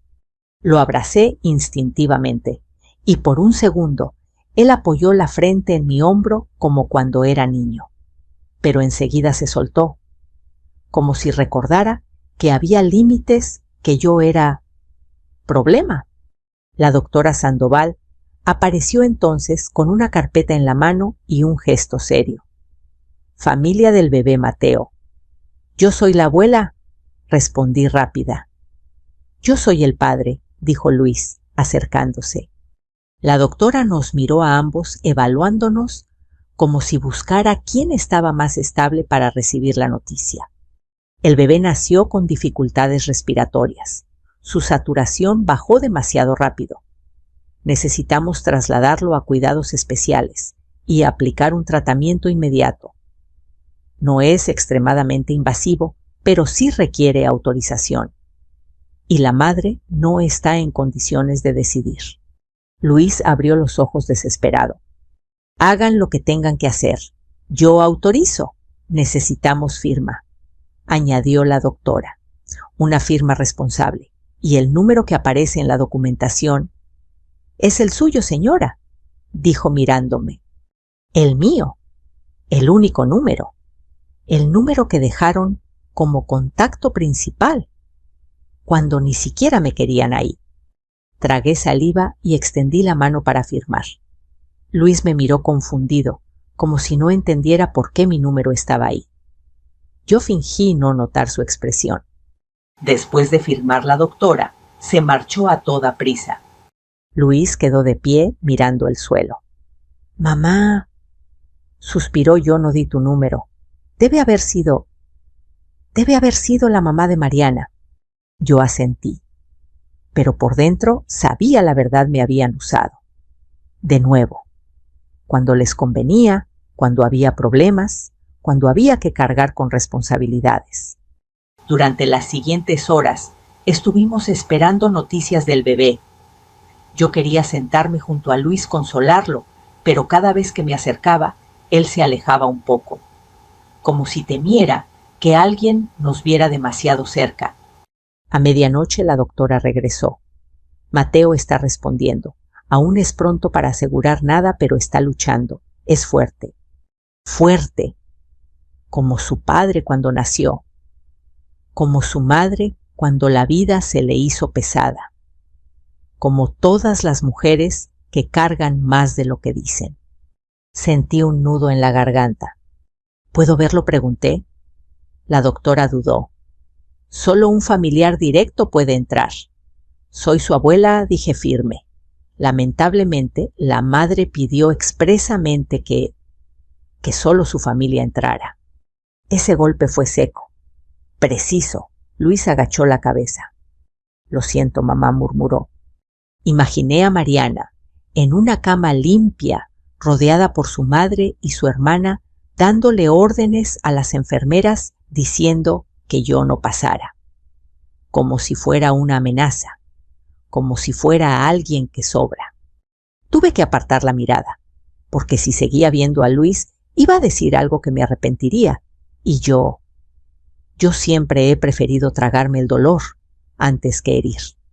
A las 3 de la mañana salí del hospital para tomar aire. El viento nocturno olía a humedad y a flores del camellón. Me senté en una banca y miré la ciudad, desde lejos luces parpadeantes, autos, cruzando gente, viviendo su propio drama. Y yo ahí sola, esperando noticias de un niño al que no me dejaban conocer.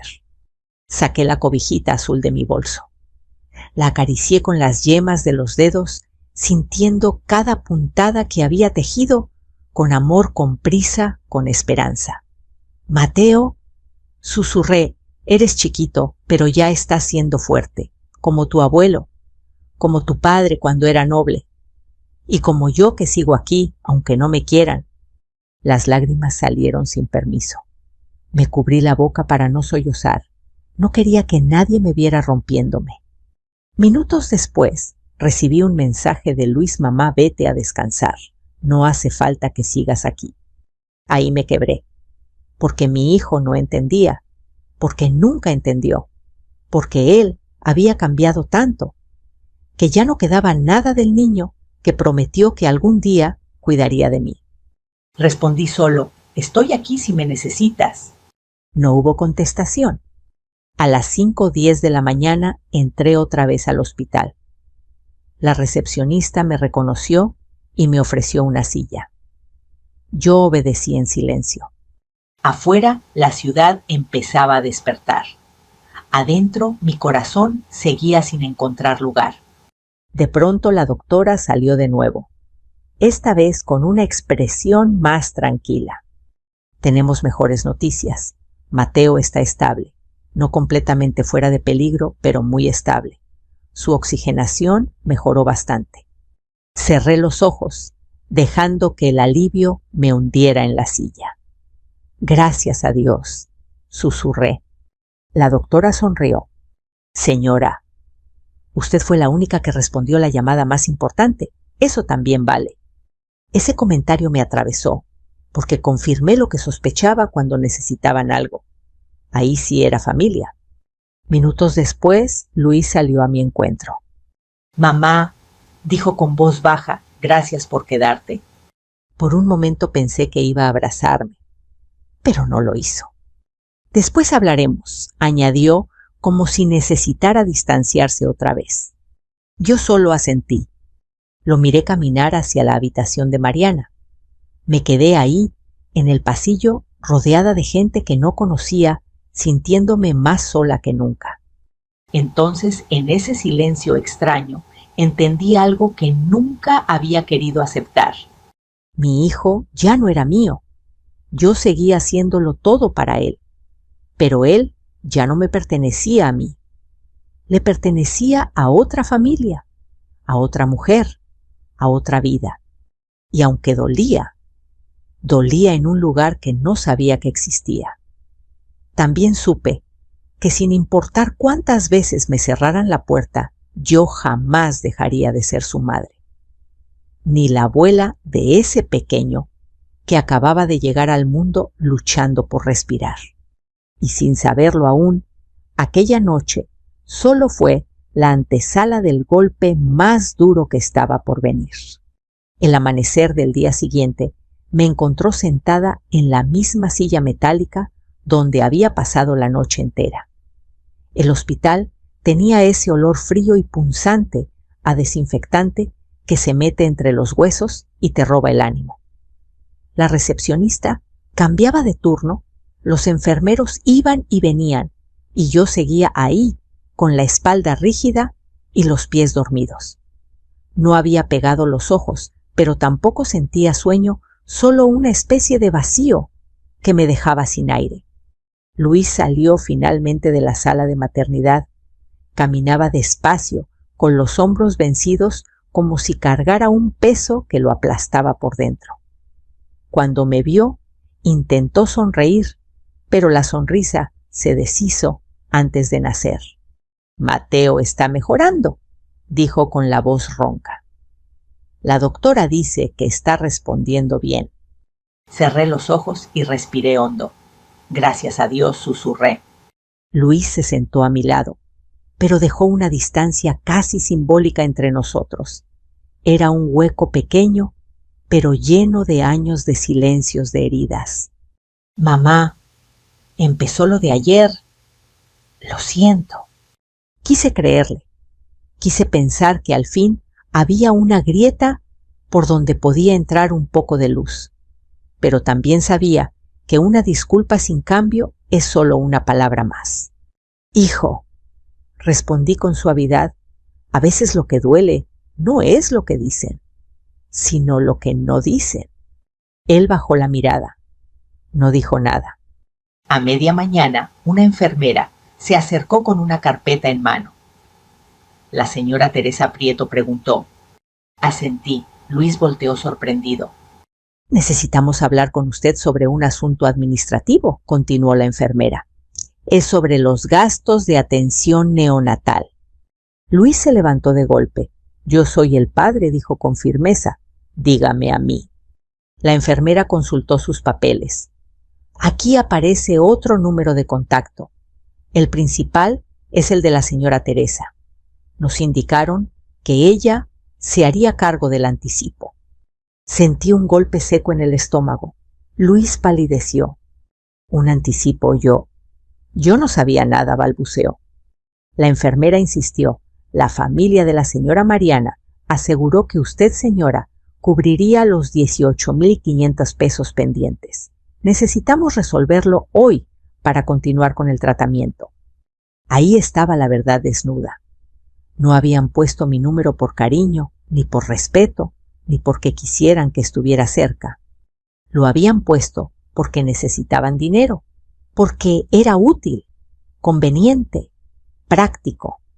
Luis respiró agitado. Mamá, yo no tengo esa cantidad ahora. Yo lo sabía. Sabía más de lo que él imaginaba. Sabía que la familia de Mariana jamás rompería un solo billete por ayudarme. Saqué mi cartera lentamente. No llevaba suficiente encima, pero tenía mis ahorros en casa. Dinero guardado con sacrificio. Dinero que no se junta en meses, sino en años. «Voy a conseguirlo», dije sin alzar la voz. Luis asintió aliviado y avergonzado al mismo tiempo. «Perdón». «Mamá, no digas nada», lo interrumpí. «Por Mateo lo que sea». Me puse de pie y salí del hospital. El aire cálido del mediodía me golpeó la cara con fuerza. Caminé hacia el banco más cercano. Cada paso me dolía, pero no sabía si era el cansancio o la humillación silenciosa que se acumulaba dentro de mí. En la fila del banco, recordé cosas que no había pensado en años. Los uniformes que compré cuando Luis estaba en la secundaria. Los medicamentos que pagué cuando se enfermaba. Las madrugadas trabajando para que él nunca supiera que yo no comía, para que él sí pudiera hacerlo. Y ahora otra vez, yo pagando, yo resolviendo, yo sosteniendo lo que no me dejaban tocar. Retiré casi todos mis ahorros. La cajera me miró con compasión. «¿Está segura, señora?» Asentí. Nunca había estado tan segura. De regreso al hospital, entregué el recibo. Luis lo tomó con manos temblorosas. «Mamá». «No sé qué decir. No digas nada», repetí. «Solo cuida a tu hijo». Él respiró profundo, como si mis palabras le dolieran. Horas después, intenté acercarme a la ventana de neonatos. Una enfermera me explicó que Mateo estaba mejorando. «¿Puedo verlo?», pregunté. La enfermera amable miró a Luis. «El papá debe autorizar». Era un gesto simple. 2 palabras podrían haberlo cambiado todo. Luis respiró hondo, miró al piso y dijo: «No, ahorita no». Ese no fue una palabra, fue una fractura. Sentí como algo dentro de mí se quebraba en un silencio que nadie escuchó. Ni los médicos, ni las enfermeras, ni siquiera mi propio hijo. Me senté otra vez en la silla metálica. Apreté la cobijita azul contra mi pecho. Ese tejido representaba todo lo que yo había sido para ellos. Un esfuerzo invisible, una presencia ignorada, un amor que no les importaba reconocer. Cuando el cielo empezó a oscurecer, un enfermero se acercó. «Señora, si no va a quedarse a dormir con un paciente, quizá debería descansar». El mensaje era claro. Ya no tenía nada que hacer allí. Me levanté con dificultad. Miré una última vez el pasillo donde había esperado noticias de mi nieto y donde también había recibido mis mayores silencios. Salí del hospital sin mirar atrás. El viento nocturno me golpeó la cara. Y ahí, en esa mezcla de cansancio, dolor y soledad, lo supe. Lo peor aún no había pasado. Lo peor estaba en el camino. Caminé hacia la terminal con la certeza amarga de que cada paso que daba me alejaba más de mi hijo. Volví a mi casa con el cuerpo agotado y el alma hecha trizas. Había pagado, había esperado, había hecho todo lo que podía. Y aún así, regresé sin un abrazo, sin una mirada, sin haber visto a mi nieto más que en mi imaginación. El camión de regreso avanzaba lento, como si quisiera prolongar mi tristeza. A través de la ventana veía pasar cerros, pueblos, gente que no conocía, vidas que no me pertenecían. Yo era solo una mujer cansada, que regresaba a un hogar silencioso con una cobijita azul que nadie había querido recibir. Cuando abrí la puerta, la casa me devolvió ese silencio que corta. Dejé el bolso en la mesa y me hundí en la silla donde tantas veces me senté a rezar por Luis. Pero esa vez no recé. Solo cerré los ojos sosteniendo las lágrimas para no sentirme aún más sola de lo que ya estaba. Los días siguientes fueron una mezcla de mensajes cortos de Luis y largos silencios. Mateo va bien. Ya lo pasaron a cuarto normal. Mariana está cansada. Yo le respondía siempre lo mismo. Me alegra saberlo, hijo.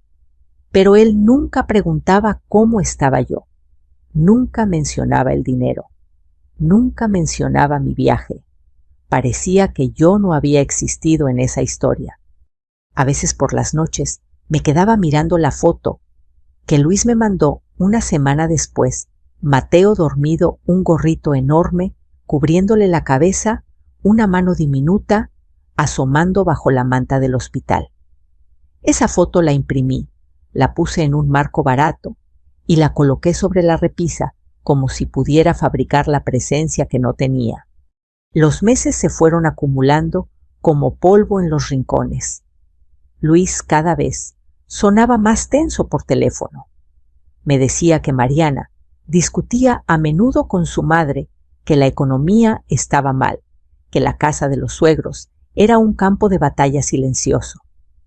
Yo escuchaba en su voz algo que no me quería admitir: cansancio, frustración, la sensación de estar atrapado en una vida que no podía controlar. A veces me llamaba solo para decir: no puedo hablar ahora, como si tuviera miedo de que Mariana lo escuchara. Yo no insistía, tampoco preguntaba demasiado, solo escuchaba, porque cuando una madre siente que su hijo se está desmoronando, entiende que presionar solo rompe más. Y así, entre silencios, tensiones y excusas, pasó 1 año y medio. 1 año y medio donde supe más de Mateo, por fotos de redes sociales que por mi propio hijo. 1 año y medio donde la distancia creció como una grieta difícil de reparar.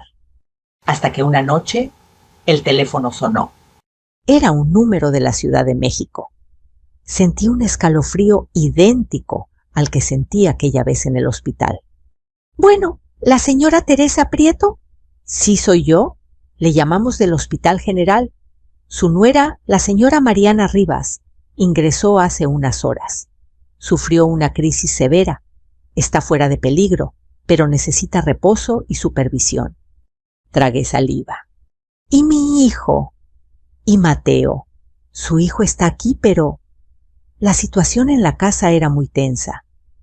Y el niño lo trasladamos a una guardería temporal del DIF, hasta organizar quién puede hacerse cargo. Su hijo nos dio su número como contacto de apoyo. Contacto de apoyo, no madre, no familiar principal, no la única que siempre está. Pero aún así, por primera vez en mucho tiempo, Luis sí pensó en mí. Voy para allá, dije sin dudar.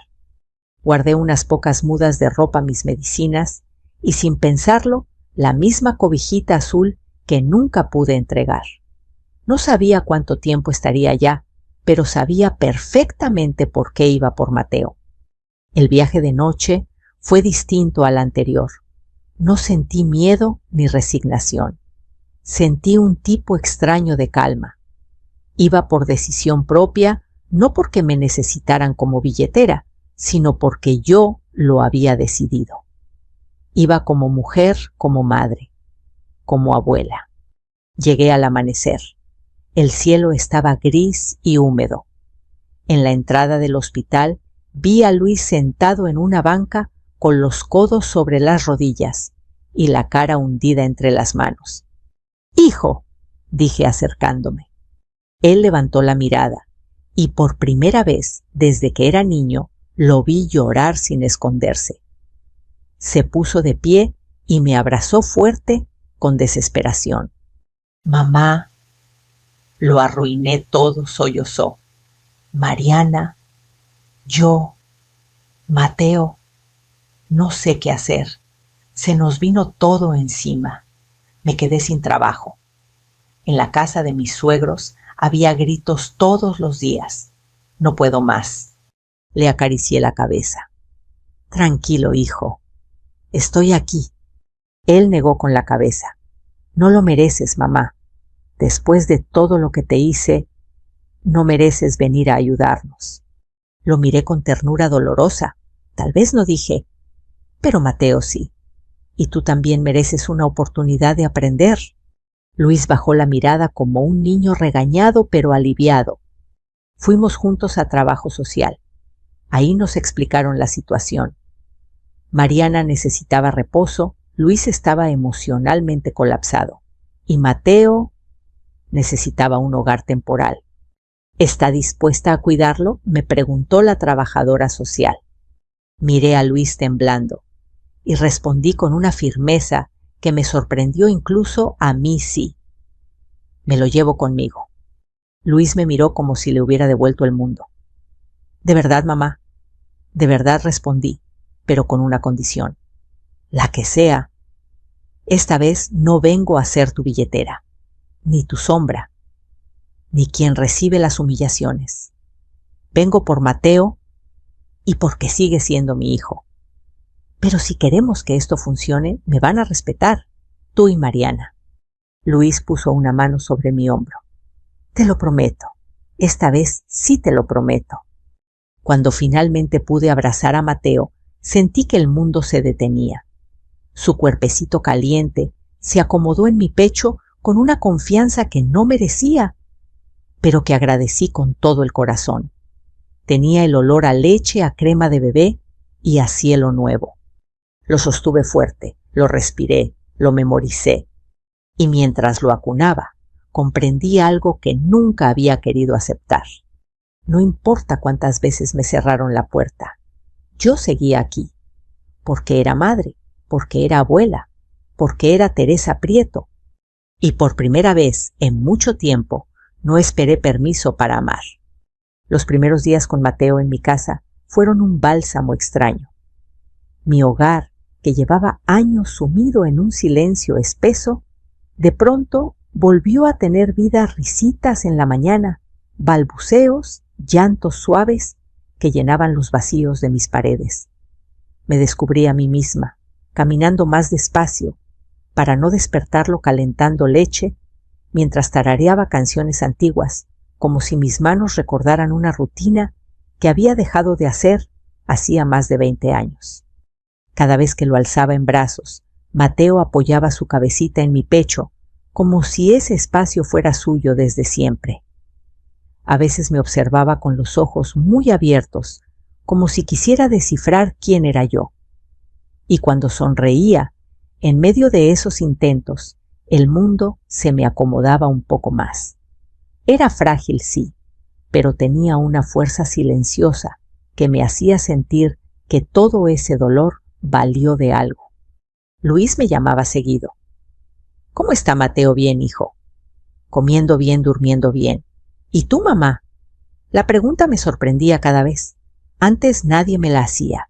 Estoy bien, respondía. Cansada, pero bien. Una tarde, Luis vino a visitarnos. Entró despacio, como si temiera romper algo. Cuando vio a Mateo, su rostro se transformó, se le iluminaron los ojos y, sin pensarlo, extendió los brazos. Mateo lo reconoció enseguida. Luis se quebró. Se sentó en la misma silla donde él dormía de niño cuando venía de jugar. «Perdóname, mamá», dijo después de un largo silencio. No solo por lo del hospital, por todo. Yo doblaba unas toallitas cerca. Me detuve, lo miré, y entonces vi algo que no había visto en mucho tiempo: sinceridad. «Hijo», respondí, «equivocarse no te hace mala persona, pero ignorar a quien te ama, eso sí puede destruirte». Luis bajó la cabeza. Tenía la vergüenza de un niño grande. Yo dejé que Mariana y sus papás decidieran por mí, por Mateo, por nosotros, admitió con voz baja. Perdí mi lugar, mamá. Me perdí a mí. Me acerqué y le puse una mano en el hombro. Hijo, nunca es tarde para encontrarte de nuevo. Pero tienes que querer hacerlo. Luis respiró hondo. Quiero cambiar, lo juro. Entonces empieza por respetarte. Y por respetarme, dije con una firmeza suave. Mateo balbuceó algo, como si quisiera meterse en la conversación. Eso nos hizo reír, y esa risa abrió un huequito en el aire, un huequito por donde entró un poco de luz. Después de tanto tiempo, por fin estábamos empezando a hablarnos como familia. Los días pasaron. Luis iba y venía del hospital a mi casa. Mariana seguía recuperándose lentamente. Las enfermeras decían que necesitaba reposo, silencio y evitar tensiones. Luis se lo tomaba en serio. Había dejado su orgullo en algún rincón y estaba dispuesto a reconstruir lo que podía. Incluso comenzó terapia por recomendación del médico. Un viernes por la tarde, cuando Mateo dormía la siesta, Luis me ayudaba a tender ropa en el patio. El sol se filtraba entre las hojas del limón y había un olor dulce a jabón. Mamá dijo de pronto, sin mirarme: «Yo sé que no merezco tu ayuda». «Déjate de eso», lo interrumpí. «No se trata de merecer, se trata de aprender». Y tú preguntó: «¿Qué aprendiste?». Lo pensé un momento. Aprendí que el amor de madre es fuerte, pero no es infinito. También aprendí que tengo que quererme a mí y que no puedo vivir esperando a que alguien me abra una puerta. Si no me la abren, puedo seguir mi camino igual. Luis tragó saliva. ¿Puedo volver a ser tu hijo? Me giré y le limpié una lágrima. Luis, nunca dejaste de serlo. Pero ahora sí estás empezando a actuar como uno. Cuando Mariana recibió el alta, la tensión volvió al aire. La trajeron a casa de los suegros primero, pero al día siguiente pidió ver a Mateo. Luis habló conmigo y, aunque dudaba, acepté. Mariana llegó a mi casa un sábado nublado. No era la mujer altiva que me había cerrado la puerta aquel día en el hospital. Tenía los ojos cansados, la piel pálida y las manos temblorosas. Entró despacio, miró a Mateo y lo primero que hizo fue llorar. Lo tomó con una delicadeza que no le conocía. Luego me miró sin levantar del todo la mirada. «Gracias por cuidarlo», murmuró. «Es mi nieto», respondí. «Siempre lo voy a cuidar». Hubo un silencio largo, suave, necesario. Mariana respiró hondo. «Teresa, yo he sido injusta con usted. No me moví». Ella continuó. Tenía miedo. Miedo de perder el control. Miedo de que Mateo la quisiera más a usted que a mí. Miedo de muchas cosas que no sabía manejar. Sus manos temblaban. «Lo siento», dijo finalmente. La miré despacio. Recordé cada humillación. Recordé cada puerta cerrada. Recordé ese «no la quiero ver aquí». Pero también recordé a Mateo. Recordé a Luis llorando en mis brazos. Recordé que una familia, si quiere reconstruirse, tiene que empezar por reconocer sus ruinas. «Todos sentimos miedo, Mariana», dije. «Lo importante es lo que hacemos con él». Ella asintió. «¿Podemos empezar de nuevo?». La respuesta me dolió y me sanó al mismo tiempo. «Podemos intentarlo», dije suavemente. Las semanas siguientes no fueron perfectas, pero fueron reales. Mariana venía a menudo. A veces me ayudaba a cortar fruta para Mateo. A veces tomábamos café en silencio, sin hablar del pasado, sin forzar el futuro. Luis estaba más presente, más calmado. Mateo crecía fuerte, moviendo sus manitas como si quisiera alcanzar todo lo que se movía. Un día, mientras jugábamos con un carrito rojo, Luis me miró con una sonrisa que no le conocía desde hacía años. «Mamá, gracias por no soltarnos». Yo lo miré sorprendida por la calma en su voz. «Gracias por volver», respondí. Y supe que aunque el pasado había dolido más de lo que podía explicar, también había abierto el camino a un presente más honesto. Hoy Mateo corre por mi sala mientras yo preparo su cena. A veces se detiene de pronto y me abraza las piernas. A veces me mira como si supiera en su pequeño corazón que yo estuve ahí incluso cuando no me dejaron. Y sí hubo días en los que me partí por dentro, días en los que sentí que perdí a mi hijo. Días en los que creí que no tenía lugar en la vida de nadie. Pero también hubo días como este, días donde entiendo que el amor verdadero no obliga, no controla, no exige, acompaña, sostiene. Y cuando es necesario, reconstruye. Y si tú que me estás escuchando alguna vez sentiste que te cerraron la puerta los que más amas, quiero que sepas algo. No estás sola, no estás solo. Déjame saber desde dónde me acompañas hoy. Escribe tu historia en los comentarios. Aquí la escuchamos con el corazón abierto. Y si quieres seguir viviendo estas historias conmigo, suscríbete. Tenemos mucho por compartir. Y este camino apenas comienza.